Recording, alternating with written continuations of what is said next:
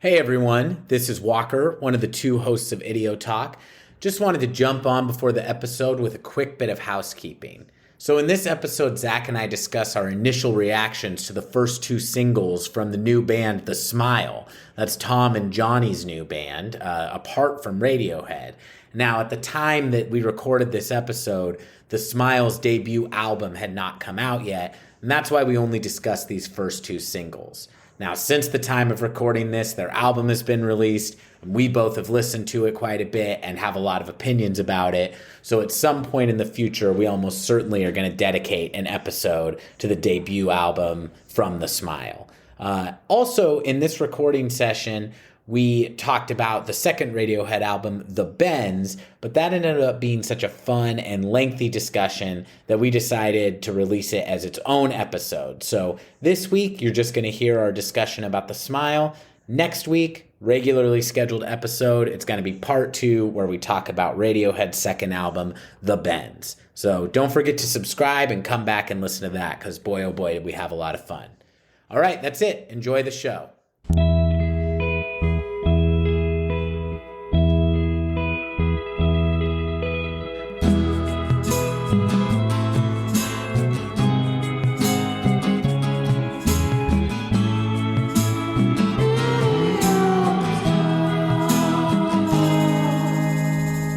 Okay, hey listeners, welcome back to Idio Talk, a Radiohead podcast. We are your hosts, the Glenn brothers, the brothers Glenn. My name is Walker Glenn. I'm Zach Glenn. And actually, I was thinking on this, should we call ourselves the Glenwood brothers? Like, just because Glenwood, like, is that a street usually? Or? No, because the Greenwood brothers are in... Oh, I love that. Yeah. In Radiohead. Yes. Yeah. Okay, so we're the Glenwood brothers. Further marketplace confusion, which I think is a big part of having a hit podcast on your hands. Do it under an alias. That's what they say, right? Yeah, but now that I'm thinking about this, that means, given that you're... Oh, no, I would be Jonny because he is the younger one. So is that fucking true? Yeah. Yeah, Colin's 2 years older, I think. Maybe 4. Wow. It's, whatever it is, it's the gap that really matters for them allowing him in the band. So we're 3 years apart. I think Colin is, in fact, 4 years older. And Jonny was 17, and they were like 21 or 22. I don't know if I will be more bowled over by any fact I learn about Radiohead over the course of this project than I will be by what you just laid on me. What if I told you that they have a B-sides of all death metal songs? Would you be more bowled over by that or less? Yeah, I would be like, I've got to. Well, that's a lie, so I shouldn't include lies. Sure. Like, what if I just made up something? I guess I insane? would be. I could be equally bowled over by things that you just pull out of your ass that are not true. Right. So okay, but that one isn't true. But it is true that there's a significant age gap in the time in which they got together, and now they're all. I think Jonny Greenwood is 50. And he's the youngest, so... Okay, but no disrespect to Colin whatsoever. He's a great bass player. No, Zach is just listeners, so you know. Zach makes a lot of faces on this podcast. I have like 3 faces. Yeah, I've noticed there's the one face that comes up a lot is when we're listening to something that you like. There's a smug kind of closing of the eyes and like nodding of the head that you do. Oh, when I'm enjoying it, face. That's a bummer. And when I'm saying a take that you don't like or you're nervous that I'm going to say something you're not going to like, you close your eyes kind of tight. I think what canceled children's author J.K. Rowling would call a screwed up expression. Oh, I always pictured that like... and because she uses it for so many things, but it's like a focus or like a Harry, like meet me in the broom closet or whatever, and he'd be like, what'd you just say? Like then he also screws up his eyes at odd requests. Well, she always says that like Ron's face was like screwed up in concentration. I know. So I think of it Ron as had a fucked up face. Ron looked like shit. Malfoy had fucked him up the night before. Ron looks like shit. Harry looks great as always. I kind of Hermione's hair is frizzy. Yeah. Moving on. Yeah. This character's not white. And we're going to make a special There note of is it. a character who's not white in both the books and the movies. Yes, I believe you're thinking of Cho Chang, the sensitively named Cho Chang. No, but there's it's a male character, and he's a black kid, but he has zero screen time. Lee Jordan. What is his name? Lee Jordan. Oh my! Who sounds like a black bloke? Yeah. Michael Jordan. Too obvious. Yeah. Damian Lee, who's probably a 13-year-old boy at the time I'm writing this, but will be a future bench player for the Golden State Warriors. Latrice yeah? Patrick. Latrice Rodman. No, Lee Jordan, it mentions the race. Lee Jordan's a boy? Lee Jordan is a boy, and he's Fred and George's best friend. They're homie. Yeah. We can delete this. But I mean, J.K. Rowling, like, you know, she's invited some beatings of her own, but still a brilliant author. But it is funny to see, because like Radiohead, she progressed, I think, over the arc of her 7 books, just as a writer. Well, she certainly really grew. in her writing, yes, in her writing abilities, her social views seem to have regressed as she's... Yeah, and she's doing that thing that is like, she's just doubling down, which is not a wise strategy. But like, you know, I think what's cool for any artist, and this was not planned, but is to chart their progress with them, to like kind of grow up with them. And I think a lot of people, probably more so than even Radiohead, grew up with J.K. Rowling because she was a young woman when she started, and you know, maybe in her mid-40s when she finished. And the amount of progression in her overall skill in storytelling is just, you know, it's pretty inspiring. Yes. Yeah, the Harry Potter books are good books. But yes, what is weird and makes me uncomfortable as I've read them to my 8-year-old son is it does not mention the race of...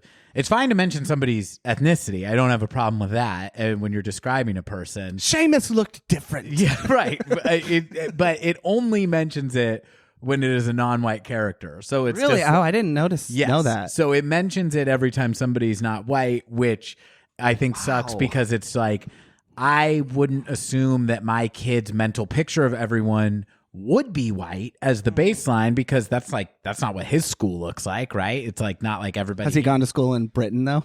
Right, exactly. Yeah. Well, you know, famously there are not white people in England as well. Totally. But in any case, when we're talking this much J.K. Rowling, listeners, you know what you're listening to. You're listening to a podcast about Radiohead, right? Absolutely. Oh, the only thing I wanted to say before we completely lose the thread of J.K. Rowling about the screwed up expression thing. One thing that also grosses me out about J.K. Rowling that I have found upon reading the books to my kids is like, she's infatuated with Harry in a way that sometimes makes me uncomfortable. Explain. Oh, I'm not saying it's like sexual, but she's like so into Harry. And The title character. But like, it's like, who spawned an entire film franchise. I get it. I don't mean that. I don't have a problem with the book centering around him, but it's like, it's kind of like, it bugs me how, aside from in book 5 where he's like going through like some teen stuff and is a little bit of a jerk, like she just has him like win at everything over and over and over again in a way that is very uncomplicated and uninteresting to me. Right. And like, when she describes like the looks of like Harry and his dad and whatever, I feel like she's like kind of like describing like her ideal I agree. boy Yeah. and man in a way where I'm Piercing eyes and one lock of hair over his forehead. his scrunchy hair or whatever. Right. And I'm just kind of like, get over your fucking hangups about the boy who lived. Yeah, and I'm interested to play a little game. You know, people play like 6 degrees of Kevin Bacon, or is it 3 degrees? It's 6. I only need 1 degree, maybe 2, to connect J.K. Rowling to the boys. In that, the boys in Radiohead. just we'll refer to them as the boys. We call them the boys. There's the show, The Boys. I'm not talking about that. But let's see here. So the 5th book that you were just talking about, Order of the Phoenix. That's correct. Is my least favorite. Yeah. And is a completely pointless, useless book, which you could say about any book. But in the context of that story, all the events are self-contained. There's a problem, it's solved and completed, and doesn't ever connect to the larger plot.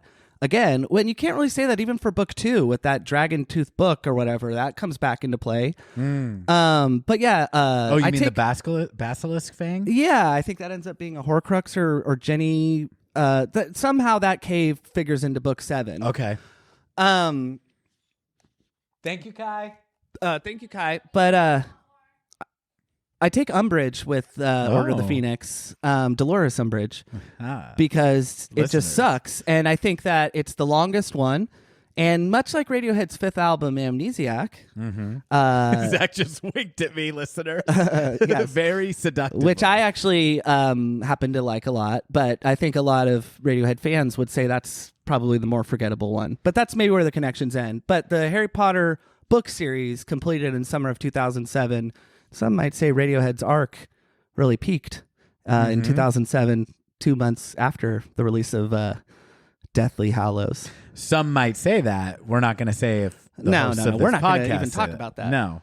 As far as we know, at this point in our podcast, Radiohead is a band that has 2 albums.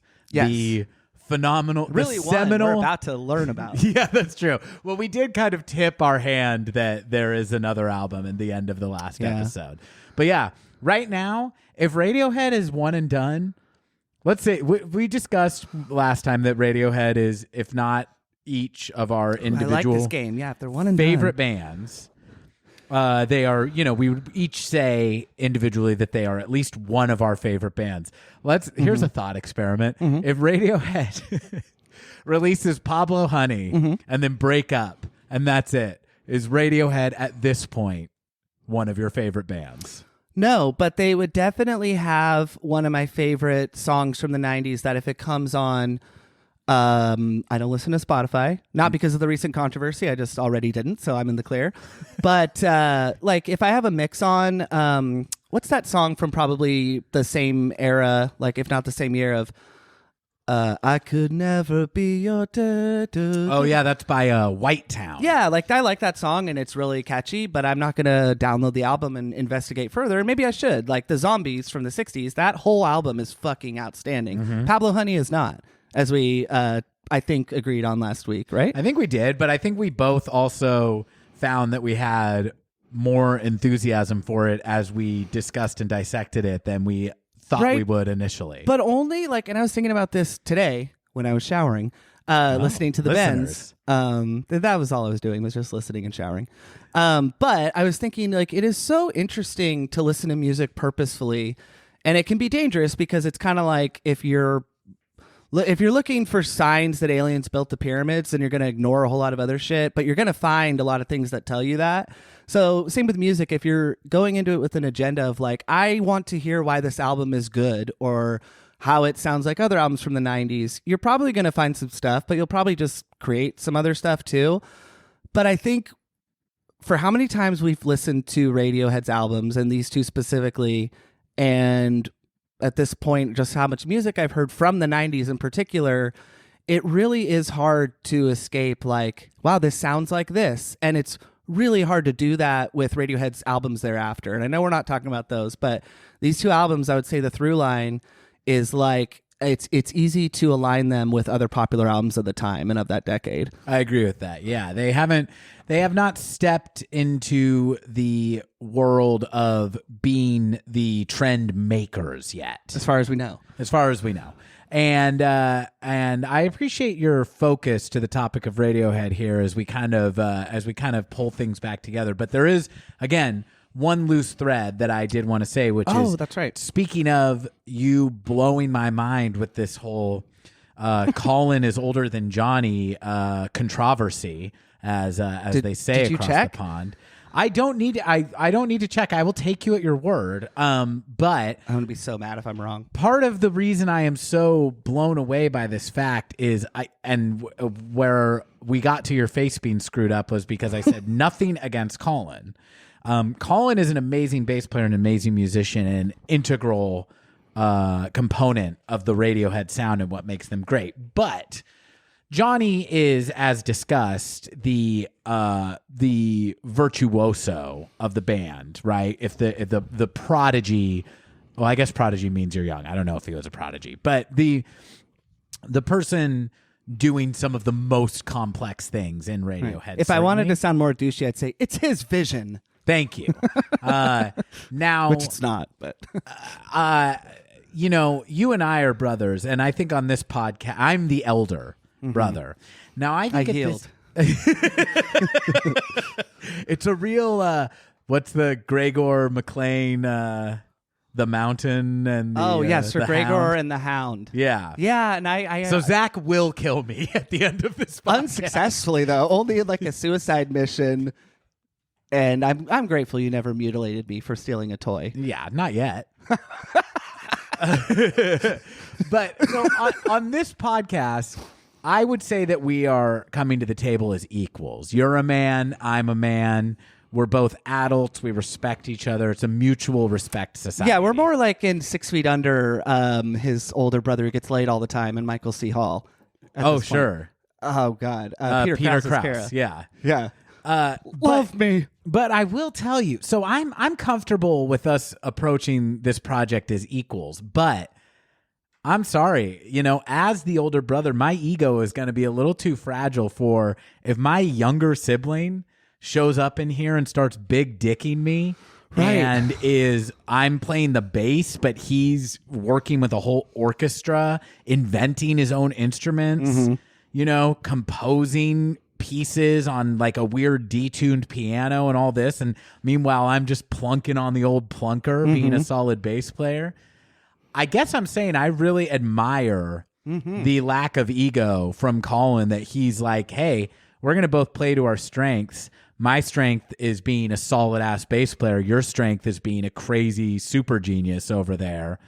That he's able to put that aside and work with his brother so harmoniously. I'm impressed, and I don't think I could do it. We talked about that in the previous episode, that the fact that they have worked together, same lineup, same producer, except for these first 2 albums. And, obviously they're ambitious as far as like expanding who does what. Like we talked about, the handsome man does phenomenal backing vocals. Ed O'Brien. The handsome man. I think that that's something that really you could kind of see developing over time. Again, not to get ahead of ourselves, but the band does do some different shit. Well, it's a little preview, so I've heard, in later albums. If they even have albums. If they even have later albums. I think you would have to, in order to get along and be productive, you would kind of have to set ego aside. And I know you were joking, but I think that that is really hard to do, not in a band, but in any setting with family, or sometimes even, I don't know, you've been in a band, like... Yeah. Well, I think especially the younger, these fraternal bonds that are kind of formed with these bands that start when the members are very, very young, it's a really beautiful thing. And it's a beautiful thing. I mean, like, I first of all, I'm going to stop after this episode apologizing for every time we mention the Beatles, because it's just going to come up a lot. It feels a little trite to compare everything to the Beatles at this point, but I've been rewatching the anthology with Ollie, and, obviously Get Back just came out, and it's like... Where are you at? White Album in yet? the anthology? No, we're still we are right before they play Shea Stadium, so we're still in the early years. And Ollie's mind is blown now, right? Yeah, he's pretty into it. Wait till you get to the good shit. He likes them, although he can't tell can't tell Paul and George apart. I think that makes sense. Well, it makes me a little mad. I'm punishing him because it'll show George, and he'll look at me all expectantly and go, and that's Paul? And I'm like, no, that's George, you fucking idiot. What are you going to say next? Ringo is John? Yeah. Jesus. Get out of you're no son of mine.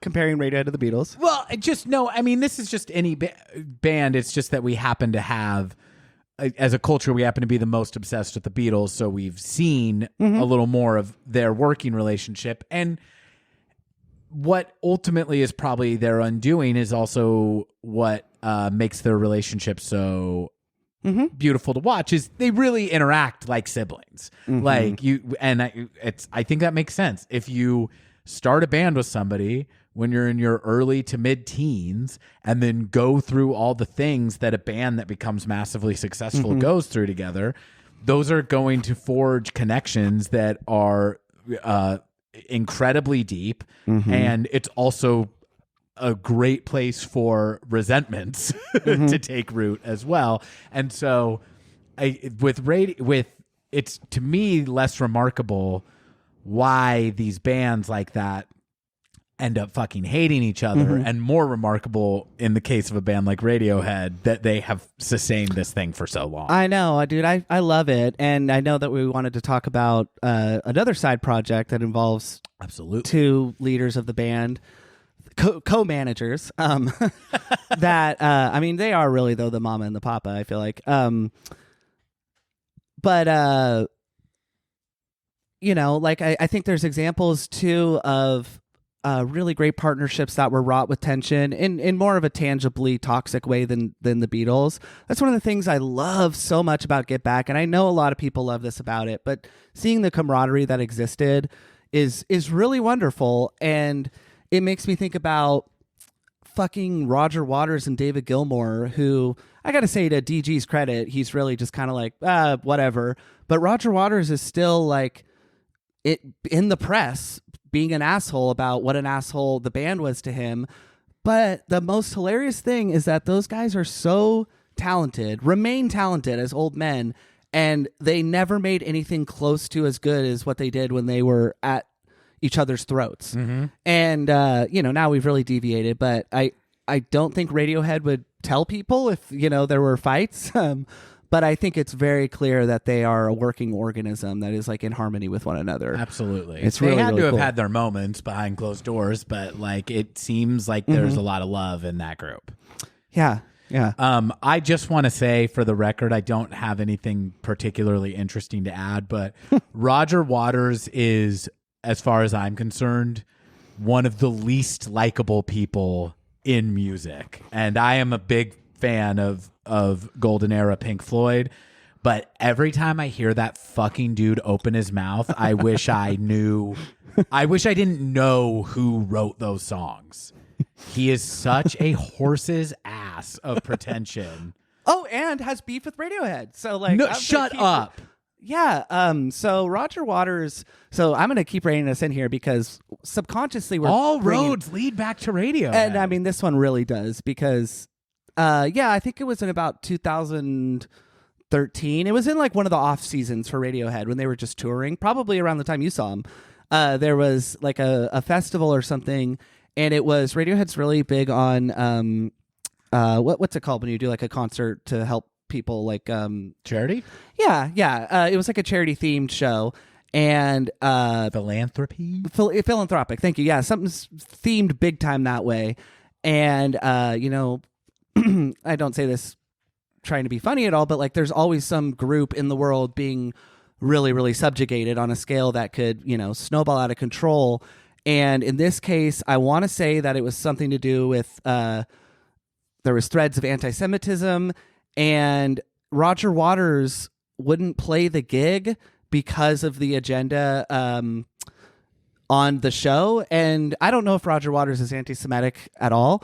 I'm not going to make that claim, but he did not word it well. And he and Thom Yorke like had words, you know, tit for tat in the press. I feel like this is probably a story I should have had more details on. No, that's interesting. Yeah. I do think that Roger Waters, the way he has expressed himself around that subject it's red flag raising at best. Yeah, I would say. I mean, and he's almost 80. Yeah. That's the moment where I go, he's old school, which is a way of saying somebody is fucking terrible. Let it go. Right. And they used to be okay. Yeah. Either that, it's either that he's an old school kind of guy. You know what I'm saying? Hates Jews. Yeah. He's racist. He's very old fashioned in that way. It's like, but I've known lots of old people that shut up. Either that, or you can be like progressive and open-minded your entire life, and then once you turn 70, you just become an anti-Semite. I do love progressives though that are in there. Like my in-laws are 70, and I love my in-laws. I hope they listen to this. They won't. But I love my in-laws, and particularly my mother-in-law is a progressive woman in all senses of the word. But there is something kind of fun and refreshing about like an old liberal person, not where you live, but like, but just in general, like, because they usually are like, whoa, how did this resonate in the 70s? Like when you were, in the case of my mother-in-law, like, you know, a business owner and like super fiercely independent woman. And I know there was lots of women like that, but like, it was also unique given like the environment and how encouraging it was to that. But then they always have these little things too that are just like, not conservative, but are just like, oh, okay, there it is. There's the there's the old schoolness coming through. Right. Not at all in the same way that we were talking about, but it is funny. Yeah, no, absolutely. I mean, I think that what it is like, I mean, and this is something I think for all of us to remember, is being enlightened about one topic does not protect you from being wrongheaded about something else. Totally. And that's when I correct her and I go, no, excuse no. me. There's a man talking. Well, shall we get into the kind of current? I got a big fat smile on my face just talking about Radiohead. Oh, okay, and there we go. Sharp-eared listeners will realize, like, a smile. I know what that is. That is now something that I associate with Radiohead only. We thought we would already. Zach has said something else that has time-stamped this episode. So, listeners, we're banking a lot of these before we put them out, or I don't know about a lot, but you might be listening to this a few months down the line from when it was recorded. Zach mentioned the recent Joe Rogan, Joni Mitchell, Neil Young Spotify. God, to be so fucking controversy. dated. Yeah, people are like, what's Spotify? Yeah, I use Gadzorp.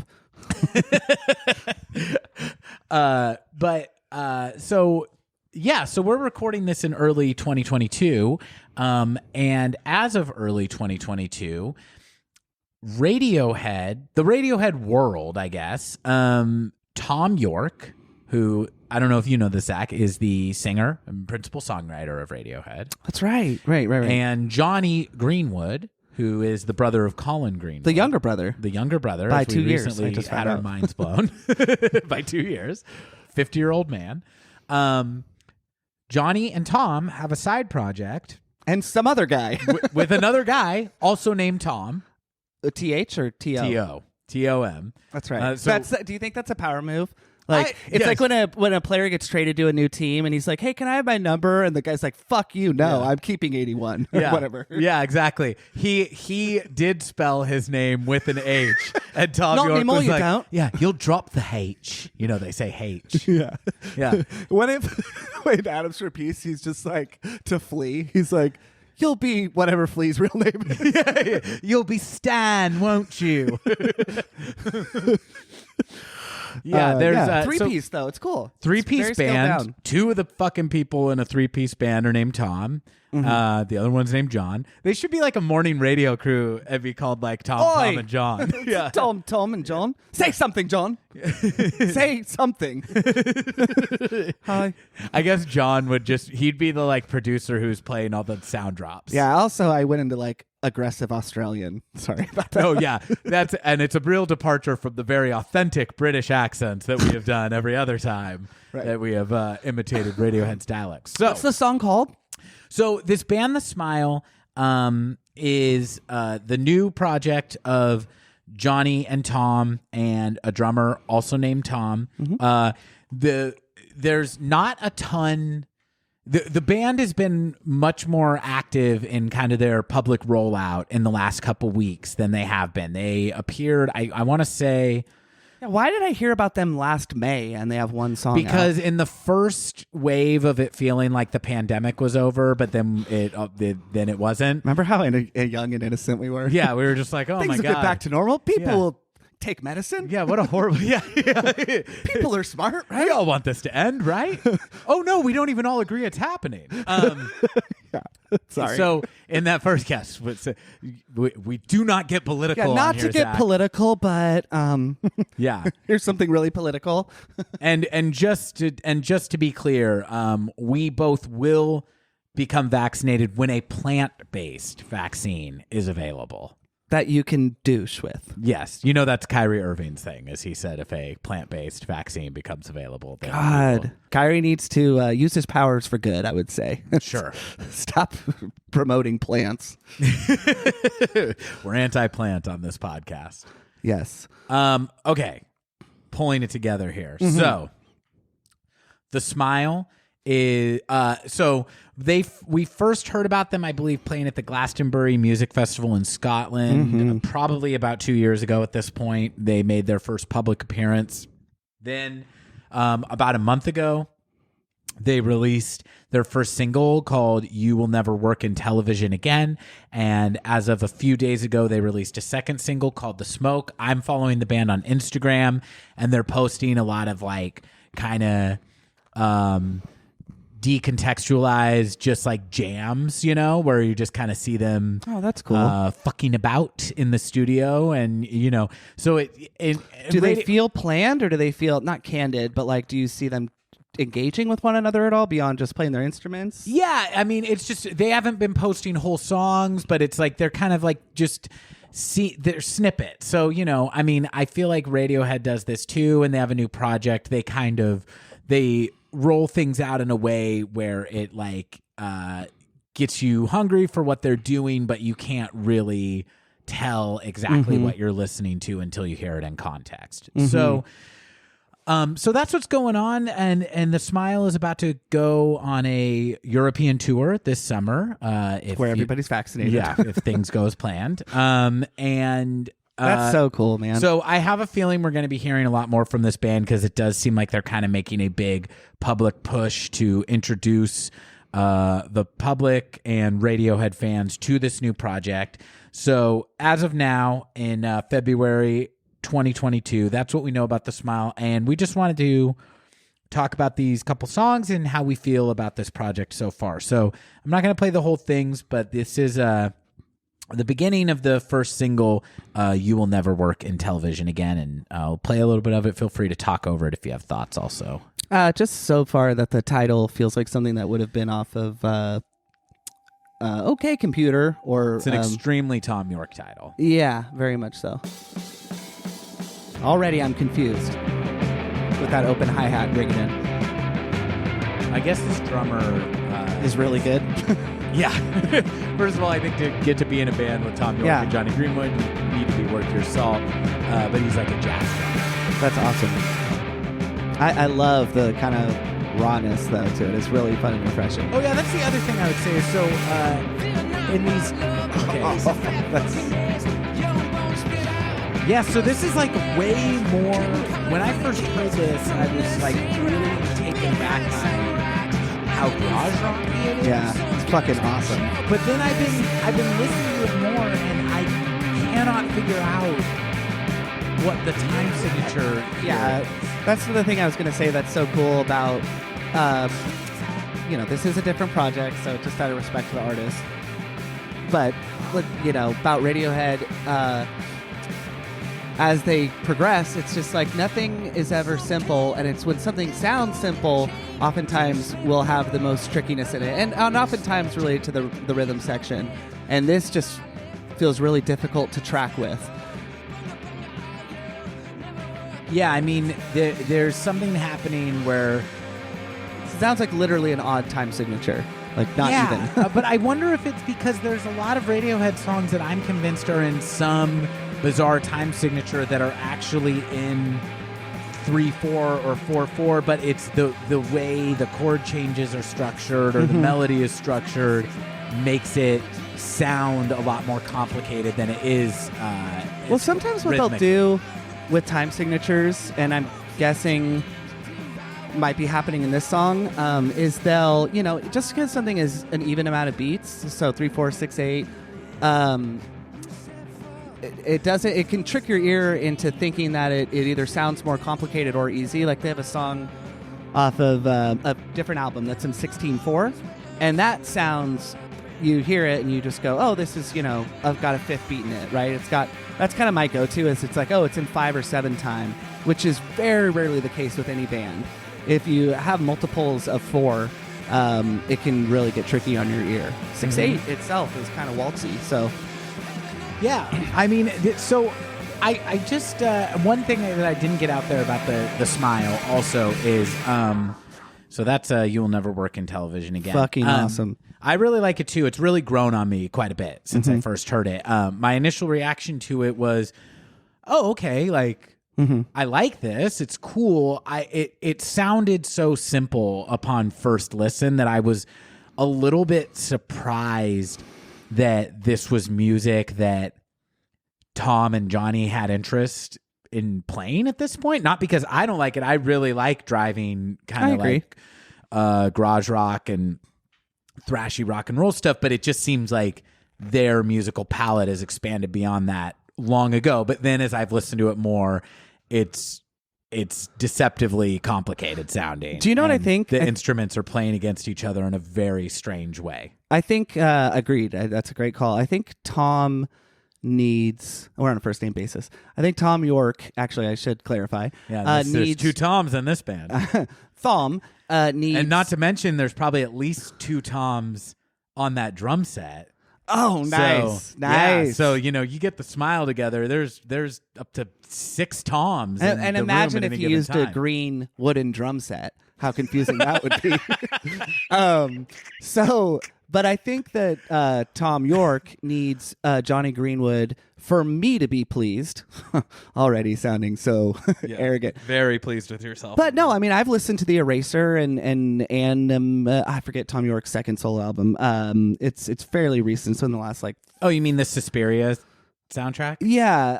That basically is a Thom Yorke solo album. Yes. I think that Jonny Greenwood's solo stuff, while totally different because there's no singing, is maybe kind of stands on its own a little bit. That doesn't need other input because it's so brilliant. And I like The Eraser a lot, but it is so in need of something.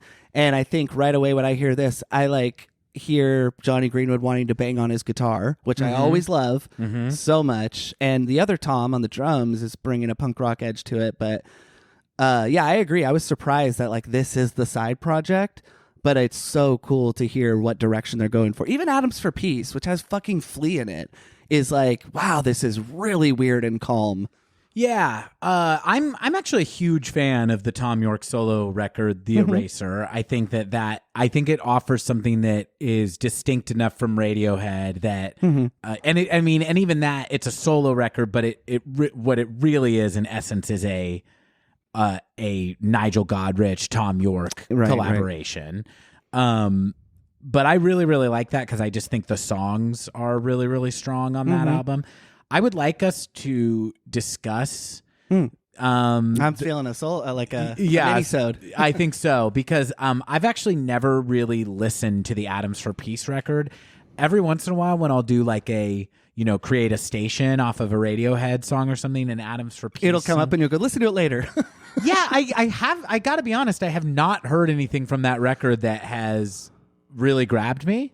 I agree, but I also haven't really spent much time with it. That would be fun. Now so I mean, it sounds like we both feel similarly about this, that it maybe was seemed slight upon first listen, but now it seems like maybe it's kind of a appetizer for what is going to be a very distinct project from Radiohead. One thing I also didn't talk about is that from all the footage I'm watching on their Instagram, this is a 3-piece, as we mentioned. That's very stripped down from Radiohead. And as you could hear, listeners, on that song, it's a very minimal arrangement. So is Thom Yorke playing the bass? Thom Yorke and Jonny seem to be switching a guitar and bass a lot, but it seems like Thom Yorke is primarily playing bass in this project. God, imagine what he must look like with a bass. A guitar already looks like a cello on him. He looks fucking cool. Nice. Yeah. It's a very slender retort. That sounded so defensive. You're making a little joke about him being short. I'm like, actually, Zach, he looks really cool. So maybe check your anti-short guy biases at the fucking door. No, it's cool to see him play on the bass. And Jonny seems to be primarily playing guitar, but also on their Instagram, they like did a video where it was a bunch of short clips of them playing stuff that you can't even tell what it is. But in one of them, it showed Jonny playing sitting at a piano, playing it with his left hand, and then playing a harp with his right hand while he's playing the piano. So show off. There's gonna be some. That's Ian Malcolm, John Hammond territory. Just because you can doesn't mean you should. Yeah, that's fucking. Hey, Colin, you may be my older brother, but I'm fucking eating you for breakfast, mate. Can you do this with a bass guitar? I picture him being that quiet, cool, like the henchman you want as your number one assassin, like in your mafia army. Like, check this out, mate.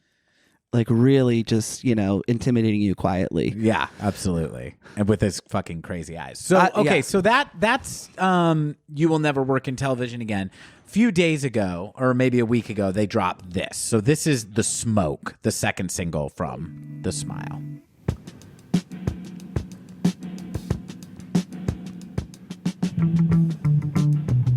And this is Thom on the bass here. Thom Yorke. Oh, okay. I mean, you said they rotate instruments, so The only thing that seems static is that it seems that the other guy is the drummer. stay in your place, little one. Yeah, Tell him. fuck off. You already get to be in a band with us. I said it when I was listening to it. Yeah, give me some. This, what are your reactions I to was this? thinking The Smile is a two-piece band. Sorry, Thom, on the drums. I forgot about you. Just because this does sound like a little bit of a digitized drum track anyways. Not saying it is. But it does remind me a bit of the two-piece band Rat-a-Tat in a very complimentary way. And I don't make that comparison often because Rat-a-Tat have their own unique sound. But just the way the drums come in and there's that nice bass line coming in over it. And the vocals this is where I got such Radiohead vibes, particularly an album I've heard they made called Hail to the Thief. I've not heard it, but there's some songs on it that heard through the grapevine this could sound like, but we'll get there. So I agree. This, to me, when they dropped this, it's like, okay, so this project is in more familiar territory. Even though this bass line, and listeners, you're going to find when it comes to discussing fucking killer. Music in a technical way, I am kind of hopeless because I don't even and then there's this horn arrangement happening that's we had the same revelation about the horns, I feel like. I mean, this is clear. This is the Greenwood of it all. Yeah. Is he's arranging this crazy that's cool. But it is very amnesiac. I'm just going to admit I cheated. I listened to all the albums. Oh my God. But no, the horns, this feels like a Jonny Greenwood overlay too on the guitar. Yes, absolutely. Just throwing something cool. So to me, actually, the Radiohead album that this sounds the most like to me is actually their last studio album. This groove feels very Moon-Shaped Pool to me. I thought it was a spoon-shaped bowl. I call it a butt-shaped hole. I call it a poon-shaped mole. Do this all day. And that, my friends, is called riffing. Way to ruin it. So I really like this song. It gets me really excited about this project. Here's my issue. Okay? And I understand that these guys are artists and they want to do what they want to do. When I hear this, I'm like, you can't take this to Radiohead? Well, first of all, that was my issue first. It makes me a little mad because I'm just like, oh, you got to get some other guy named Thom who we don't know from Adam. And what, you can't teach this to Phil and Ed and Colin and flesh it out a little bit and make a new Radiohead album and tour with Radiohead? Because what bugs me about this is if The Smile come and tour the U.S., absolutely I'm going to fucking try to go to that show. But what's guaranteed is I'm not going to get to hear any Radiohead songs. And you'll probably have to be vaccinated to go. It's bullshit. And unless there is a plant-based vaccine by this point, I'm not going. But like, for them, so that's The Smoke. For them, that's probably the point, is that they don't have to play Radiohead songs and they get to go in this new direction. Right. But for me, I feel What if Thom has Alzheimer's, so they just have to write new because he's forgot all of their old shit? That's amazing. Early onset Alzheimer's. But But yeah, so that's it. I just feel a little slighted because it's like you already have the two principal writers of Radiohead in this project. The project doesn't seem so disparate from Radiohead's sound that it would be that big of a departure. So I'm a little bit just like, guys, make new Radiohead music. Let me cut in here because Yes, I too share this I'm freaking sentiment. out. Especially when I heard about the band. I know it was early last summer. I can't remember. It was from our cousin Aaron Ross, a guest that will be on Future guest. He told me, "Hey Zach, you heard about the Smile?" Check out his music, by the way. Yes, listeners. He's absolutely. a fantastic songwriter, musician. Dude, I Aaron saw Ross. him in June. This is not when we talked about the Smile. When it was again one of those false starts when we're like, everything's great. Yeah. Fucking outstanding. If for no other reason too, just that I know he hadn't played a live show in a long time. Please, listeners, check out Aaron Ross music. He's phenomenal. But he asked me if I'd heard about the Smile, and there was only live footage at that point, and I was like, this is bullshit. When I had heard about it, I was so ungrateful, and I've since done a little homework, and I think we're being a bit hard on these guys because, JG just wrapped a film recently. What movie did he just do the music for again? It was that Spencer? The P.T. Princess Anderson Diana biopic. And yeah, he did the soundtrack for Licorice Pizza. Yeah, so a year ago, who knows if he was done. And then and also Power of the Dog. He's done like at least those 3 soundtracks in the last year. Yeah, so he's a busy guy. But I think though, I know the handsome man, Ed O'Brien, just had a guitar line released through Fender, so he's busy promoting that for a year. And Phil, nobody knows what he's doing, but but I know Colin, and I learned this in between our previous recording, is a big car guy, which I think is kind of a fun little interest hobby. Okay. Now I don't know if those things prohibited them from joining the Smile, but I think we need to go lighter on the other 3 members of Radiohead, who are, in all seriousness, incredibly important, phenomenally talented people. We were, you were never saying they were shitty. I'm just making that disclaimer. But I think that we forget that those guys have other interests too, even though they're not recording P.T. Anderson scoring those movies. And Thom, I feel like, is probably just he's probably the one Radiohead member who takes really expensive vacations, maybe. do you honestly think though that if Jonny and Thom are we have an album's worth of new songs that they're not getting on board to learn these songs? But this is where I feel like I am half joking, but where I feel like the other 3 members, no, they are irreplaceable, but I do feel like they're always excited to come to the party. And that happens in any group of friends. And this is pure speculation, but there are the 2 inseparable John and Pauls of any friend group. And then there are the people that are totally in the it crowd, but are your Johns and Pauls, your Zachs and Walkers. Yeah, your Bens and Jerrys. Your Jimmy Page and your John Paul Joneses. I thought you were going to say your Jimmy Pages and your 14-year-old girlfriend. They're always invited. God. Anyways, so yeah, I don't know. I mean but in all seriousness though, I do feel like they're probably awaiting on the green light, which is really sad if they're not. And they're like, fuck you. I can come and record with those guys whenever I want, Zach. Yeah. But I'm just speculating. I don't need your fucking pity. I'm in Radiohead. But I will say, we talked about it last episode. Who was there at the Rock and Roll Hall of Fame? Plenty of time on their hands to accept that award. Phil and Ed. Even Colin found a reason to be busy. Probably driving his speedy Porsche. Or no, he's not in a. I don't know. I didn't learn what kind of cars he likes to drive, so I'm just gonna pretend. I picture him being a muscle car guy. Actually, the handsome man and the bald boy were there, hat in hand, groveling at the feet of big rock and roll.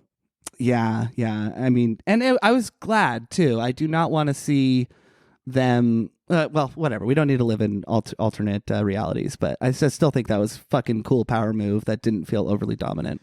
Look, I hear what you're saying, and I guess that time will tell. I just hope that this is I am ready to embrace this project as its own thing. I love the work of Thom Yorke and Jonny Greenwood, and this drummer sounds incredibly skilled. and I'm excited for new music. I hope God, that's a sentence I haven't said in years. yeah, just Serious. excited for new music. Yeah. So in Absolute- 5 years to be exact. Absolutely. I'm really excited to get into this stuff as it keeps coming out. I hope that this is the beginning of a fertile period of creativity that results in more from Radiohead and not a sign that the book is closing on Radiohead, because it has been a very long time since they've done new music.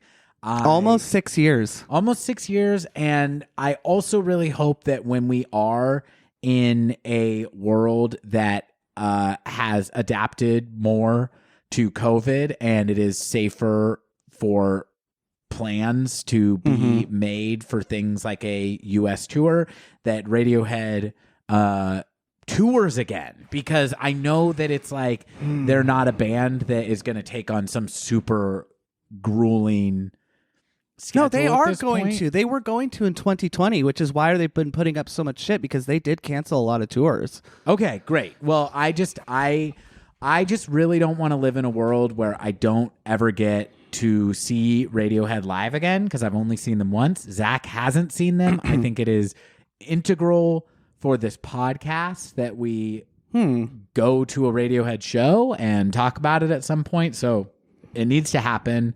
And what is a reason people get out there and tour? A new album. So that's all I'm saying. And I don't want to drag this out, but haven't they toured for long periods of time when there's no album on the horizon? I think that they've become more, they do these huge tentpole festivals. Right. But Only the cool ones. yeah. They're not which- going to play Coachella. No, Coachella. they've headlined Fuck, Coachella in the okay. last. I just thought that they did Bonnaroo was really cool. No, they headlined Coachella like 7 years ago. But like, my thing is like, that's fine. I'll go to a music festival to see them, but you don't get. That's a shorter set. I'm going to say right now, I'm not hassle. going to see them if it's at a musical festival. I would go to a music festival to see Radiohead and just make the one thing on my agenda seeing Radiohead. So I would like camp at that stage with lots of water all day. That's it. I don't want to go to a music festival what because do I you don't call- do drugs anymore. So like, it Yeah, and doesn't I'm sound with that you fun to too. me. Sobriety is essential for me at a Radiohead concert because I want to take all of that in. I don't want to have that experience corrupted at all. But the moment has passed, but I'm still going to do it. You're not going to take a little puff on a J and enhance the experience slightly. A little puff of the Magic Dragon. No. Become a little bit of a paranoid android. If you know Ooh, what I'm nice saying. pull. Yeah, I'm climbing up the walls of that concert, just fucking crazy. No, but I forget what I was gonna say. Oh, I was gonna say, what do you call somebody who camps out for Radiohead shows so that you could see it? A headhead instead of a deadhead. Yeah. And It's totally worth it. that was really good. I'm really glad that Oh, you good, remembered that. Okay, I think we need to move on We do. to the crux of this episode. There's one last thing I want to say about the smile, Mm-hmm. which is just that It makes you smile. no, it makes me skeptical because as a bald man, the other thing that I have a little bit of a problem with is that this drummer in the smile has a great head of hair, and I don't want to put this on Thom and Jonny. I don't want to accuse them of anti-bald bias, but it feels a little bit like the one bald member of Radiohead Yeah. has been left out in the cold, and that maybe behind closed doors there were some ugly discussions about wouldn't it be nice to work with a musician who has hair like we do. Right. I hope that didn't Well, happen. and I think we discussed last episode, or we have, that Thom is really aging into his looks very nicely. Yes. Now, that could just be because I've gradually fallen in love with the man over the last 10 years. No, he looks cool. He does look fucking cool. And, I'm worried that maybe he and Jonny Greenwood are looking around at each other and he goes, "Hey, Jonny, nobody knows really what you look like anyways. So let's get a handsome guy. I'm handsome now. Let's leave these other jokers in the cold." I think you're right. Ugh. You're right. It's like we don't want Ed around. Look, we've decided that Ed Ed's towers not allowed over in. me. Yeah, we're not letting Ed into the treehouse. I know a for short this bloke one. who's also Yeah, handsome. we need another handsome shorty, a short king, if you will. Also, I'll say this too, not to keep objectifying the members of this band, but I will also say, Thom, while I think being a non-traditional handsome man, his hair is like thinning and receding a little bit, but in a way that we did talk about this. Yes, I know we did. It's probably going to come up every episode for me. But in a way that has self-awareness and is styled in a way that suits it. I will say, my man Put on a little Thom weight? Yorke put on a little pandemic weight. I don't know if you saw that. Yeah, I mean, there's some people that are like skinny until age 65, and you're just like, you made it that far. Good job. And I think Thom Yorke's in his early 50s, and the guy is not tall. In all seriousness, he's slight of build. Yeah, In he all probably seriousness, weighs not tall. 140 pounds, and I mean that just goes to show you it's relative. But it is funny because it's kind of gone to one. It's like when like Christian Bale puts on weight for a role and his six pack just like guts out. Yeah. I feel like that's probably Thom Yorke because the guy has a hobby and it's boxing. I remembered. No shit. Yeah, which is fucking awesome because my man has a little bit of anger in the best ways, as we'll see. It starts to come through on this album that what is it called? The Bends. The guy's got some passion, and I think that's really cool. You know, whenever you learn about an artist's hobbies that you wouldn't necessarily think of right away. But that totally fits. he's a scrapper. I could picture him getting. I believe it. I mean, I think that Thom Yorke does. He has an edge, and you know, he's, like we talked about last time, he's known for sniping at journalists and things like that. With I think sniper anger- rifle. What's that? With a sniper rifle. Die, milk face. Typical best. Johnson. Okay. Yes. And I think anger is as much of a current in Radiohead's music as is anxiety and fear and alienation. I think anger It's is maybe too. the one identifiable emotion that you don't have to just feel. I think on other albums that it's very clear that the person is angry. Whereas when you feel like some Radiohead songs on this album, The Bends, that I did listen to, seem quite loving, like a touch romantic, but in the best ways. But you know, those are feelings, and music is largely about like the feeling it gives you, and you can associate that with a memory or a feeling. But you know, they're vague, and I'm implying my abstraction. But I do think, kind of pretty objectively, anger can be an emotion that you're like, yep, this song is written by somebody who's pissed about something. I think that's pretty cool. Yeah, absolutely. Do you have anything else you want to say about The Smile? No, I really have enjoyed what I've heard. And I'm really excited. Yeah, and we will. I'm sure we'll explore this more as more Smile content comes out. Yeah, in a year when they've released a full album, Yeah, we'll track see. by track. Well, they are going to be live streaming all their concerts, so I think I don't that have we the should- internet, so Okay, sorry, I forgot about that. Zach's not on social media. All right, guys, we're going to take a quick break, and when we come back, we are going to be discussing Radiohead's sophomore slump, or I got laid sophomore year. thank you, The Bends. Be right back. Idiotalk is a Glenn Brothers production. Get in touch with us at idiotalk.podcast@gmail.com or follow us on Instagram at idiotalk.podcast. And thanks for listening to